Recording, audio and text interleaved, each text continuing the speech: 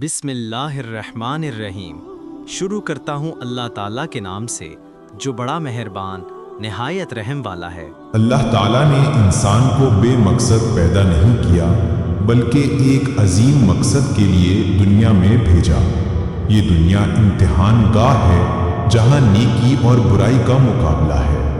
قرآن مجید میں بار بار جنت اور جہنم کا ذکر آیا ہے تاکہ انسان اپنے انجام کو یاد رکھے۔ جنت وہ عظیم انعام ہے جو اللہ تعالیٰ نے اپنے نیک بندوں کے لیے تیار کیا ہے۔ قرآن میں ہے اعدت للمتقین، یعنی یہ جنت پرہیزگاروں کے لیے تیار کی گئی ہے۔ جنت کی نعمتوں کا حال الفاظ میں مکمل بیان نہیں ہو سکتا، کیونکہ رسول اللہ صلی اللہ علیہ وسلم نے فرمایا، جنت میں وہ چیزیں ہیں جو نہ کسی آنکھ نے دیکھی، نہ کسی کان نے سنی اور نہ ہی کسی دل میں ان کا خیال گزرا۔ جنت کے دروازے ہوں گے جو فرشتے کھولیں گے اور مومنوں کو خوش آمدید کہیں گے۔ وہاں نہ بیماری ہوگی، نہ بھوک، نہ تھکن، نہ غم۔ وہاں نہ بڑھاپا ہوگا، نہ موت۔ وہاں ہمیشہ کی جوانی، راحت اور خوشی ہوگی۔ جنت میں دودھ، شہد اور پاکیزہ پانی کی نہریں ہوں گی۔ ہر جنتی کو محلات، باغات، حور عین اور انعامات ملیں گے۔ سب سے بڑی نعمت اللہ تعالیٰ کا دیدار ہوگا۔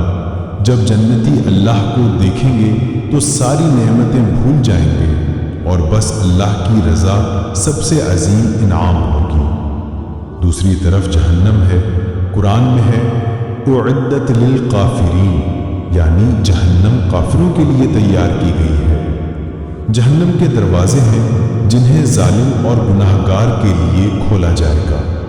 وہاں آگ کی لپٹیں، زقوم کا درخت، کھولتا پانی اور عذاب پر عذاب ہوگا۔ جہنم کے فرشتے سخت مزاج ہوں گے اور کبھی کسی پر رحم نہ کریں گے۔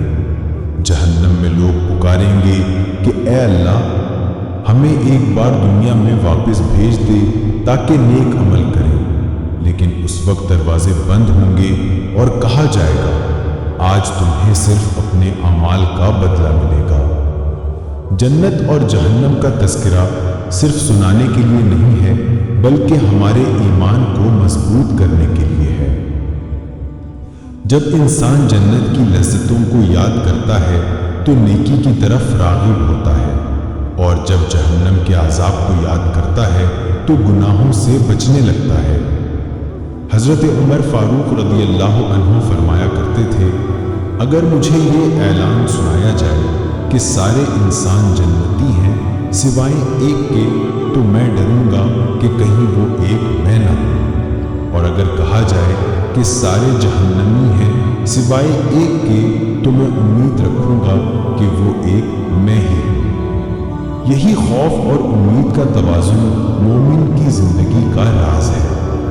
اس لیے بھائیوں اور بہنوں، ہمیں چاہیے کہ ہم اپنی زندگی قرآن و سنت کے مطابق گزاریں، 5 وقت کی نماز قائم کریں، قرآن سے تعلق رکھیں، والدین کی خدمت کریں، حقوق العباد ادا کریں اور گناہوں سے بچنے کی کوشش کریں، کیونکہ قیامت کے دن صرف ایمان اور اعمال صالحہ جنت کا راستہ انسان کا دن اسے سن کر بے اختیار اللہ تعالیٰ ہمیں جنت میں جانے والا سب سے پہلے موت اور جہنم سے ہمیشہ کے لیے آزاد رکھے۔ نہ وہاں بیماری ہو، نہ غم، نہ تھکن۔ ہر جنت کی حقیقت ایسی ہے کہ انسان کا دل قرآن میں کر بے اختیار ما یشاءون، جنت میں جانے والے سب سے پہلے موت کے خوف سے ہمیشہ کے لیے آزاد، کچھ وہ چاہیں گے موت، نہ وہاں بیماری ہو اور ہمارے پاس مزید نہ تھا۔